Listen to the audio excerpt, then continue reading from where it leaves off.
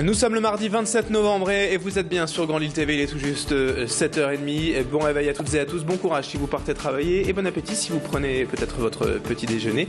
Eh bien restez avec nous en une dizaine de minutes, on va faire un tour complet de l'actualité dans la métropole lilloise avec également les prévisions météo et l'infotrafic juste après le journal de la rédaction.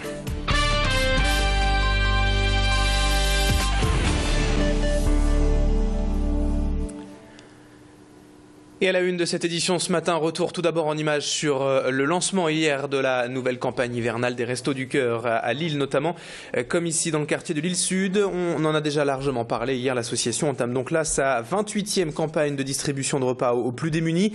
Les centres de la métropole lilloise étaient donc comme les autres mobilisés hier et déjà beaucoup de personnes faisaient la queue pour profiter d'un repas chaud, d'un café ou juste d'un sourire d'un bénévole.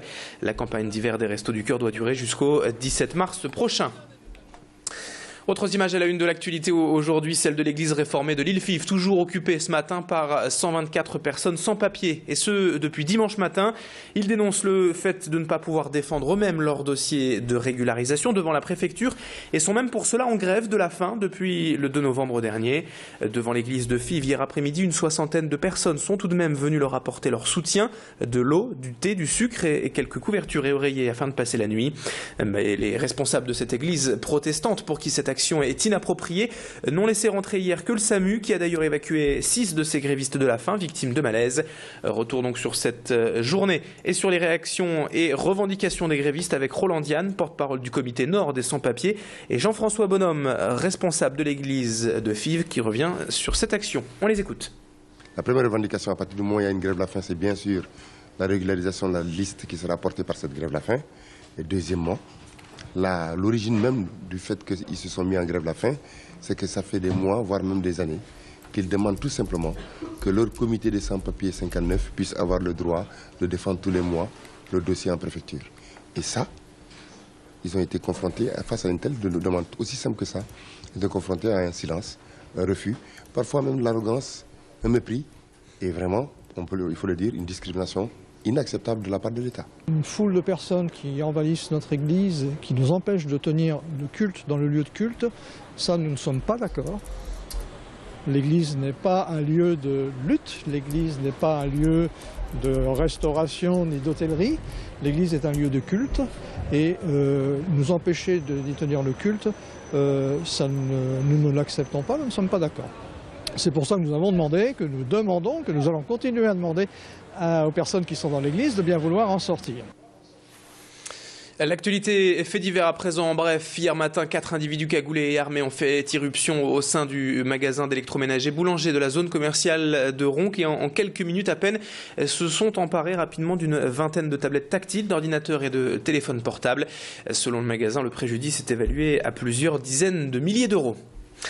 Dans l'actualité également aujourd'hui, hier a été signé à Lille le second protocole de lutte contre les violences faites aux femmes et de prévention à ce sujet. Cette année, le Conseil général et le Conseil de l'ordre des avocats sont les deux nouveaux signataires d'un texte déjà signé en 2008 et par plus de 20 représentants d'instances publiques ou d'associations. Ce protocole a donc pour but de renforcer la lutte contre ces violences, véritable fléau dans la région, car dans le département du Nord, en 2011, on a enregistré pas moins de 1300 faits de violences sexuelles et plus de 2700 faits de violences non mortelles envers des femmes, soit davantage que dans tout autre département français. Et voilà encore un record donc dont le département se serait bien passé. Malheureusement, ces violences existent bel et bien et il faut pouvoir en parler. Pour cela, un numéro vert est en place, le 3919 Violence Conjugale Info. À noter par ailleurs à ce sujet que le président de la République, François Hollande, a annoncé dimanche une série de mesures destinées à la protection des victimes. Retour donc sur l'objectif et les moyens de ce protocole avec Sandrine Ballonnet, référente dans le Nord violence conjugale, au micro de Mathilde Espinasse. C'est vrai qu'il fallait une politique d'État, mais il nous fallait aussi l'engagement des départements, de la région. C'est vraiment un travail en synergie, de pouvoir réunir tous les acteurs locaux et bien sûr plus haut, et aussi tous les partenaires. Et c'est vraiment un problème qu'il faut travailler en transversalité.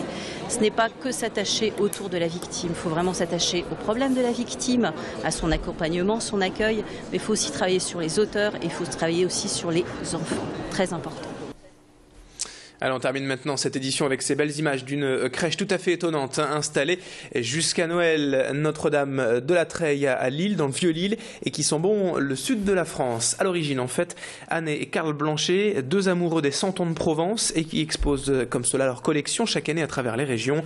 Ils créent de toutes pièces leurs décors et commandent les Santons à des sculpteurs spécialisés au gré de leurs envies et surtout en prenant bien soin à chaque fois de prendre le maximum d'éléments naturels issus de la Provence. C'est la deuxième fois seulement qu'Anne et Karl exposent leur crèche dans le Nord. Et pour celle-ci à Lille, ils ne reçoivent aucun soutien du diocèse ou de la mairie. L'entrée à l'expo est tout de même payante. Il vous faudra débourser 4 € pour admirer cette magnifique mise en scène qu'a eu le plaisir d'ailleurs de découvrir Macha Grunessen. Elle a également interrogé la créatrice de cette crèche exceptionnelle, Anne Blanchet, qu'on écoute. Les visiteurs sont accueillis avec les cigales, on a des bruitages. C'est aussi pour les enfants parce que pour nous c'est important. Que les enfants découvrent. Donc on a eu des automates aussi petit à petit qui donnent du mouvement à l'exposition.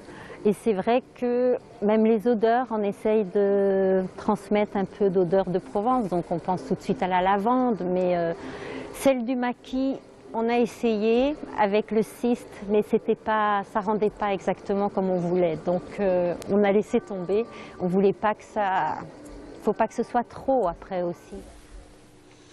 Et c'est la fin de ce journal. Dans un instant, à suivre la météo et l'infotrafic, toujours en direct et en continu sur Grand Lille TV. Restez bien en notre compagnie.